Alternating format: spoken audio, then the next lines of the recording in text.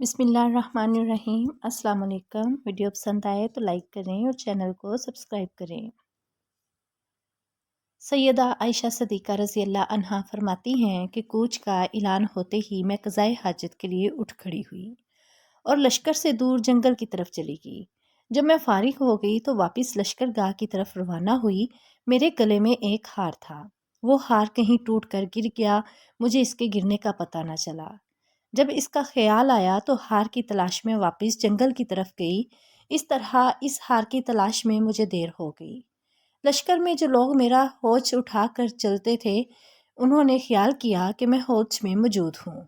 उन्होंने होश को उठाकर ऊँट पर रख दिया और इन्हें एहसास ना हुआ कि मैं इसमें नहीं हूँ, क्योंकि मैं दुबली पतली और कम वज़न की थी। मैं खाती भी बहुत कम थी, जिस्म पर मोटापे के आसार नहीं थे। इसलिए लश्कर रवाना हो गया। हौज मुहम्मल के होते कहते हैं ये एक डोली नुमा चीज़ होती है जो ऊँट पर नशिस्त के तौर पर बुलंद की जाती है ताकि औरत पर्दे में रहे। इधर काफ़ी तलाश के बाद मेरा हार मिल गया और मैं लश्कर की तरफ रवाना हुई। वहाँ पहुँची तो लश्कर जा चुका था। दूर दूर तक सन्नाटा था। मैं जिस जगह ठहरी हुई थी वहीं बैठ गई। मैंने सोचा जब इन्हें मेरी गुमशुदगी का पता चलेगा तो सीधे यहीं आएंगे। बैठे बैठे मुझे नींद ने आ लिया। सफ़वान सलमा रज़ी अल्लाह अन्हु की ज़िम्मेदारी ये थी कि वो लश्कर के पीछे रहा करते थे ताकि किसी का कोई सामान रह जाए या गिर जाए तो उठा लिया करें। इस रोज़ भी लश्कर के पीछे थे। चुनाचा जब ये इस जगह पहुँचे काफ़िला था तो उन्होंने मुझे दूर से देखा और ख्याल किया कि कोई आदमी सोया हुआ है। नज़दीक आए तो उन्होंने मुझे पहचान लिया। मुझे देखते ही उन्होंने इन्ना लिल्लाहि व इन्ना इलैहि राजिऊन पढ़ा। इनकी आवाज़ सुनकर मैं जाग गई। इन्हें देखते ही मैंने अपनी चादर अपने चेहरे पर डाल ली। हज़रत आयशा सदीक़ा रज़ी अल्लाह अन्हा फरमाती हैं सफ़वान सलमा हैरत ज़दा थे कि ये क्या हुआ, लेकिन मुँह से उन्होंने एक लफ्ज़ न कहा, ना मैंने इनसे कोई बात की। उन्होंने अपनी ऊँटनी को मेरे करीब बिठा दिया और सिर्फ इतना कहा, माँ सवार हो जाइए। मैंने ऊँट पर सवार होते वक्त कहा, अल्लाह ताला की ज़ात ही मुझे काफ़ी है और वही मेरा बेहतरीन सहारा है। फिर मेरे सवार होने के बाद उन्होंने ऊँट को उठाया और इसकी मुहार पकड़कर आगे रवाना हुए। यहाँ तक के लश्कर में पहुँच गए। लश्कर इस वक्त नखल ज़हीरा के मुकाम पर पड़ाव डाले हुए था और वो दोपहर का वक्त था। जब हम लश्कर में पहुँचे तो मुनाफिकों के सरदार अब्दुल्ला बिन अबी को बुख्तान लगाने का मौका मिल गया। इसने कहा, ये औरत कौन है जिसे सफ़वान साथ लाया है? इसके साथी मुनाफिक बोल उठे, ये आयशा है, सफ़वान के साथ आई है। अब ये लोग लगे बातें करने। फिर जब लश्कर मदीना मुनव्वरा पहुंच गया तो मुनाफिक अब्दुल्ला बिन उबी दुश्मन की बिना पर और इस्लाम से अपनी नफ़रत की बुनियाद पर इस बात को शोहरत देने लगा। इमाम बुखारी लिखते हैं जब मुनाफिक इस वाक़े का जिक्र करते हैं तो अब्दुल्ला बिन अबी बढ़ चढ़ कर इनकी तायद करता ताकि इस वाक़े को ज़्यादा से ज़्यादा शोहरत मिले। सैयदा आयशा रज़ी अल्लाह अन्हा फरमाती हैं, मदीना मुनव्वरा आकर मैं बीमार हो गई। मैं 1 माह तक बीमार रही। दूसरी तरफ मुनाफिक इस बात को फैलाते रहे, बढ़ा चढ़ा कर बयान करते रहे। इस तरह ये बातें नबी अकरम सल्लल्लाहु अलैहि वसल्लम तक और मेरे माँ बाप तक पहुँची, जबकि मुझे कुछ भी नहीं मालूम हो सका था।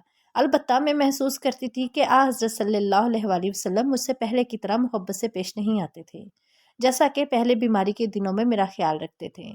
दरअसल हज़ूर अकरम सल्लल्लाहु अलैहि वसल्लम अपने घराने पर मुनाफिकीन की इल्ज़ाम तराशी से सख्त गमज़दा थे।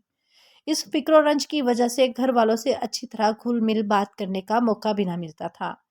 आप सल्लल्लाहु अलैहि वसल्लम के इस तर्ज़ अमल से मैं परेशान रहने लगी।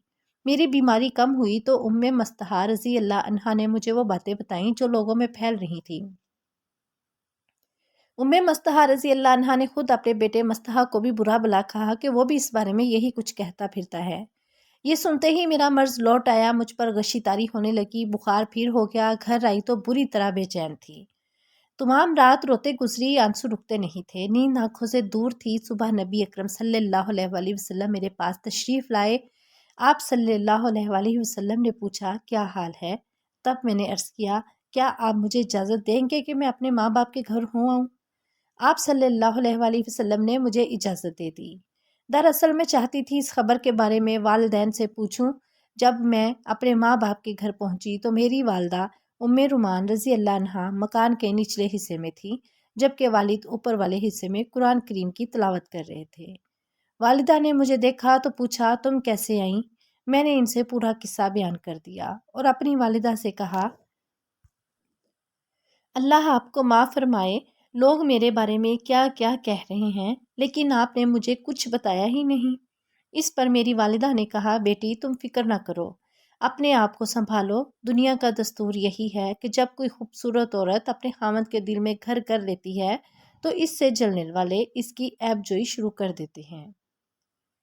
یہ سن کر میں نے کہا، اللہ کی پناہ، لوگ ایسی باتیں کر رہے ہیں، کیا میرے ابا جان کو بھی ان باتوں کا علم ہے؟ انہوں نے جواب دیا، ہاں انہیں بھی معلوم ہے۔ اب تو مارے رنج کے میرا برا حال ہو گیا، میں رونے لگی۔ میرے رونے کی آواز والد کے کانوں تک پہنچی تو وہ فوراً نیچے اتر آئے۔ انہوں نے میری والدہ سے پوچھا، اسے کیا ہوا؟ تو انہوں نے کہا، اس کے بارے میں لوگوں نے جو افواہیں پھیلائی ہیں وہ اس کے کانوں تک پہنچ چکی ہیں۔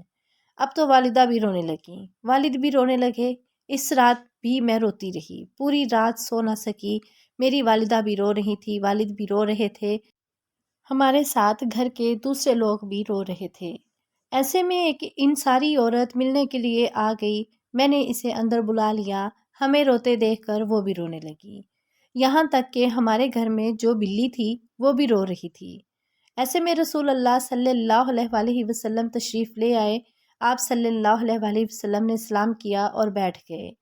جب سے یہ باتیں شروع ہوئی تھیں آپ صلی اللہ علیہ وآلہ وسلم نے میرے پاس بیٹھنا چھوڑ دیا تھا، لیکن اس وقت آپ صلی اللہ علیہ وآلہ وسلم میرے پاس بیٹھ گئے۔ ان باتوں کو 1 ماہ ہو چکا تھا۔ اس دوران آپ پر وحی بھی نازل نہیں ہوئی تھی۔